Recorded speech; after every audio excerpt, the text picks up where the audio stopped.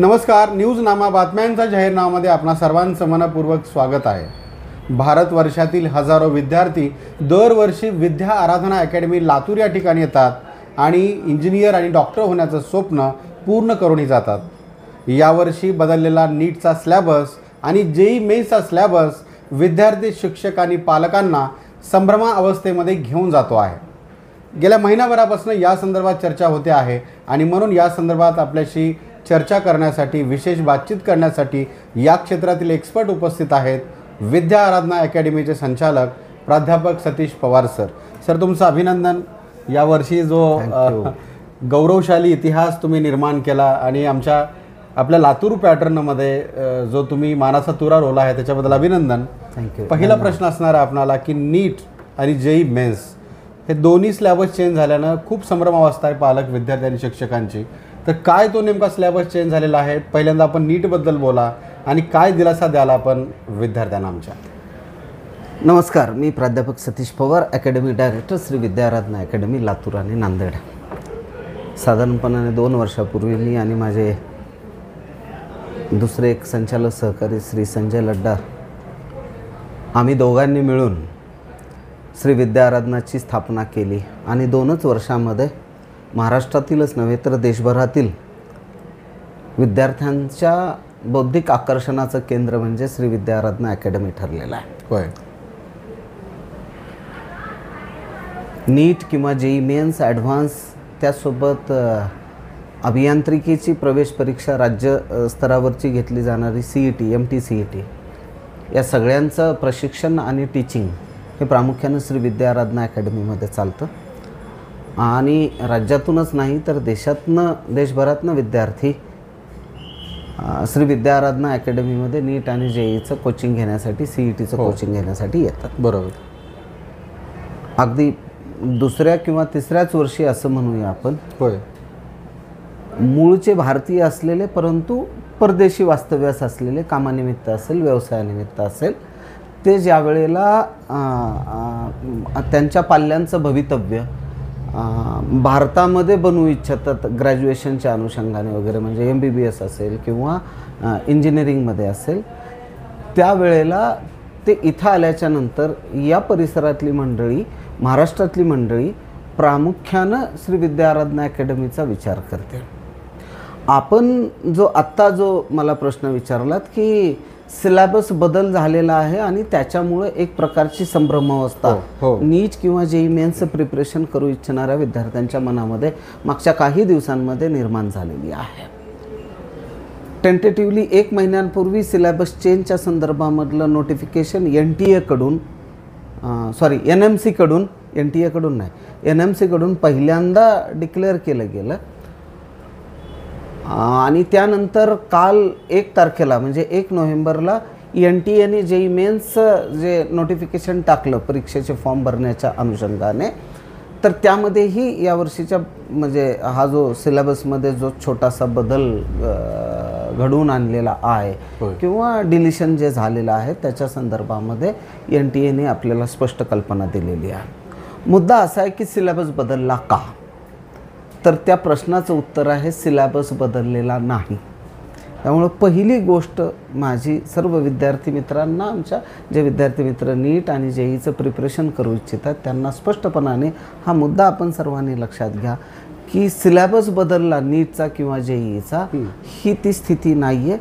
सिलेबसमध्ये काही बदल झालेले आहेत, काही अंशी बदल झालेले आहेत आणि त्यामध्ये विशेषतः नीटच्या अनुषंगाने ज्या वेळेला मी बोलतो त्यावेळेला अशी स्थिती आहे की रिपिटिशन ज्या पॉईंटचं होत होतं वेगवेगळ्या टॉपिक्समध्ये, मी बायोलॉजीच्या अनुषंगाने सुरुवातीला सांगू इच्छितो.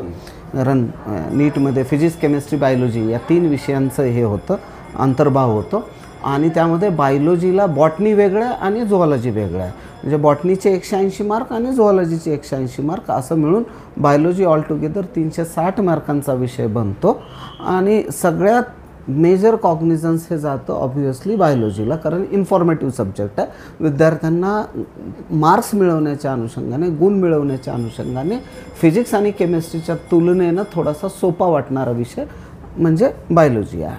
आणि त्यामुळं सर्वात अगोदर मी बायोलॉजीच्या संदर्भामध्ये बोलू इच्छितो. बायोलॉजीचा जो सिलेबसमध्ये जे काही जे चेंजेस घडवून आणण्यात आलेले आहेत, चेंजेस इन द सेन्स की काही टॉपिक हे त्यांनी डिलीट केलेले आहेत. मग कुठले टॉपिक डिलीट केले, ॲडिशन फार काही मेजर याच्यामध्ये नाही आहे. काही टॉपिकचं डिलिशन मात्र त्या ठिकाणी झालेलं आहे. जसे की डायजेशन आणि ऑब्सॉर्प्शन सारखा topic, strategies for food enhancement सारखा टॉपिक आहे. त्यानंतर स्ट्रक्चरल ऑर्गनायझेशन इन ॲनिमल्स हा जो टॉपिक आहे, कॉक्रोच सारखा टॉपिक आहे. हे जे सगळे टॉपिक होते ते पूर्णतः डिलीट मारले. त्याचसोबत प्लांट टिश्यूमध्ये कल्चरचा जो पार्ट होता तो प्रामुख्यानं त्यांनी बायोटेक्नॉलॉजीशी रिलेटेड असल्यामुळं त्या पार्टमध्ये त्यांनी त्याला इन्क्लूड केलेलं आहे. म्हणजे प्रत्येक टॉपिकची असणारी कनेक्टिव्हिटी आणखी स्ट्रॉंग करण्याचं किंवा असणाऱ्या सिलेबसमध्ये अभ्यासू विद्यार्थ्याच्या अनुषंगाने अधिकाधिक सुसूत्रता आणण्याचं काम प्रामुख्यानं या सिलेबस ज्याला आम्ही बदल म्हणतो त्याच्यामध्ये आपल्याला पाहायला मिळतो. म्हणून एक मुद्दा विद्यार्थी असतील किंवा पालक असतील दोघांनीही इथे समजून घेणं खूप गरजेचं आहे की घाबरून जाण्याची किंवा संभ्रम असं भांबावून जाण्याची वगैरे संभ्रमावस्थेमध्ये वगैरे जाण्याची गरज नाही आहे. बेसिकली ही नॅशनल लेवलची एक्झाम आहे. नीट असू द्या किंवा जेई असू द्या, राष्ट्रीय पातळीवरती ज्या वेळेला परीक्षा घेतली जाते त्यावेळेला तुमच्या इंटेलेक्च्युअल ॲबिलिटीसोबतच तुमच्या हार्डवर्कसोबतच तुमची टॉलरन्स कॅपॅसिटी काय आहे, तुमची सहनशक्ती काय आहे याचा देखील विचार प्रामुख्यानं केला जातो. आणि ज्यांची मानसिकता स्थिर आहे अशाच विद्यार्थ्यांना प्रामुख्यानं या प्रकारच्या स्पर्धा परीक्षा असतील किंवा प्रवेश परीक्षा असतील याच्यामध्ये अधिकाधिक संधी शासनाकडनं निर्माण करून दिली जाते. म्हणून संभ्रमावस्था बिलकुलही नको आहे.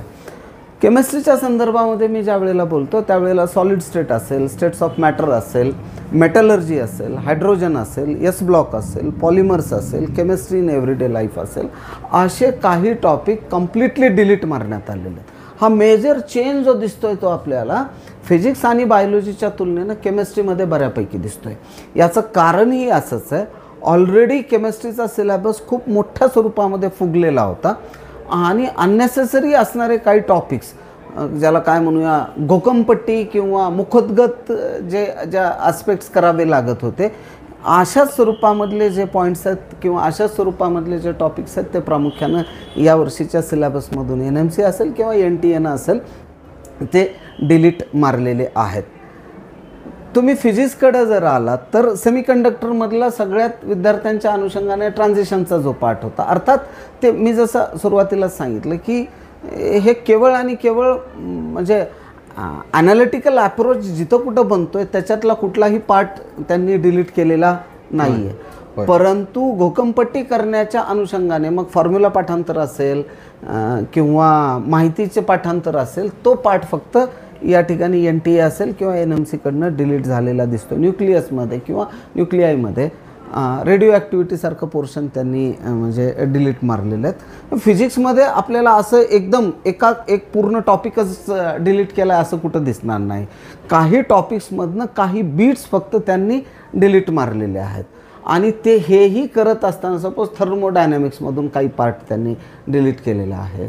तर हे करत असताना अधिकाधिक सुसूत्रता आणण्याचं काम त्यांनी केलेलं आहे सिलेबसमध्ये आणि तुम्हाला अभ्यास करत असताना अधिक कॉम्पॅक्ट वेनं एक स्ट्रॅटेजिक स्टँड घेऊन इथून पुढे विद्यार्थ्यांना प्रामुख्यानं हा अभ्यास करण्यासाठी ही गोष्ट सोपी अधिक बनवलेली आहे. हा मुद्दा आपण सर्वांनी अगदी स्पष्टपणाने लक्षामध्ये घेणं अत्यंत गरजेचं आहे.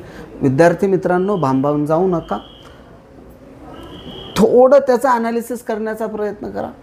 तुम्हाला जर काही कळत नसेल, समजत नसेल तर आम्ही इथे अकॅडमीमध्ये वगैरे बसलेलो असतो. तुम्ही अप्रत्यक्षरित्या आमच्याशी संवाद साधण्याचा प्रयत्न करा. त्याच्या संदर्भामधलं डिटेल गाईडलाईन्स आम्ही आपल्याला देण्याचा सातत्यानं प्रयत्न करू. परंतु मेजर चेंज ॲज सच कुठलाही नाही आहे. नवीन टॉपिक याच्यामध्ये इन्क्लूड केला आहे या सिलेबसमध्ये आणि आता तो शिकवायचा आपलं काही खरं नाही असं नाही आहे. एक नंबर 2, या सगळ्या परीक्षा मग नीट असू द्या किंवा JEE असू द्या, मॅथमॅटिक्समध्ये सुद्धा म्हणजे फिजिक्स आणि केमिस्ट्रीमधला जो नीट्सच्या संदर्भामधला जो चेंज आहे तो as it is NTA continue केलेला आहे. आणि मॅथमॅटिक्समधले काही टॉपिक जसं की मॅथमॅटिकल लॉजिकसारखा टॉपिक आहे किंवा 3D वेक्टर्समधला काही पोर्शन आहे, काही पार्ट्स त्यांनी ज्याचं रिपिटेशन होत होतं, जे ऑलरेडी कुठल्या ना कुठल्या स्वरूपामध्ये दुसऱ्या टॉपिकमध्ये त्याचा अंतर्भाव झालेला होता, असेच पॉईंट्स त्यांनी त्याच्यातनं कमी करण्याचा प्रामुख्यानं प्रयत्न हा NTA आणि NMCकडनं झालेला आहे. हे आपण सर्वांनी लक्षात घ्या. म्हणून भांबावून जायचं नाही आहे, गडबड करायची नाही, शांत चित्तानं तुम्ही फक्त जे आपल्याला आपल्या अकॅडमीज असतील, आपले टीचर्स असतील, आपले महाविद्यालय असतील, तिथं जे काही शिकवण्यात आलेलं आहे त्यांच्या संपर्कात राहून जरी आपण त्याचं सुसूत्र पद्धतीनं मांडणी जर केली तर मला असं वाटतं की तुम्हाला याच्यामध्ये फारसं काही मेजर अडचण येणार नाही. हे एक. दुसरं असं आहे की या नॅशनल लेवलच्या एक्झाम्स आहेत. आपण हे मुळात लक्षात घ्या की नीटमध्ये 22 ते 23 लाख विद्यार्थी दरवर्षी परीक्षा देत आहेत. महाराष्ट्र आणि देशभरामध्ये गव्हर्मेंट असेल आणि प्रायव्हेट मेडिकल असेल including deemed to be universities, याच्या सगळ्या मिळून जागा किती आहेत तर 85,000 90,000. विद्यार्थी परीक्षा किती देत आहेत 22 लाख. त्यानंतर मग येतं BAMS, त्याच्यासोबतच येतं BDS, BHMS. मग वेगवेगळ्या कोर्सेसला विद्यार्थी अगदी नर्सिंगपर्यंत प्रवेश घेत राहतात. तर हे तुमच्या सिलेक्शनपेक्षा डिलिशनचा विषय आहे.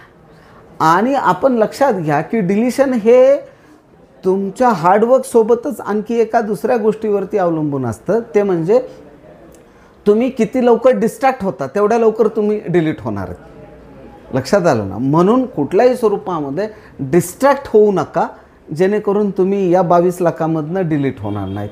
तीच बाब JEE मेन्सच्या संदर्भामध्ये 11 लाख 12 लाख विद्यार्थी साधारणपणाने देशभरातनं परीक्षा देतात. 2.5 लाख विद्यार्थी ॲडव्हान्ससाठी क्वालिफाय केले जातात. NIT मधल्या सगळ्या मिळून जागा ह्या जवळपास 30 ते 32 हजाराच्या संदर्भात आहेत. आता अलीकडे IIITचं एक नवीन संरचना अस्तित्वात आलेली आहे, त्याच्यामध्ये एक 7-8 हजार वॅकन्सीज असतील. IITsमध्ये एक 12-14 हजार वॅकन्सीज असतील.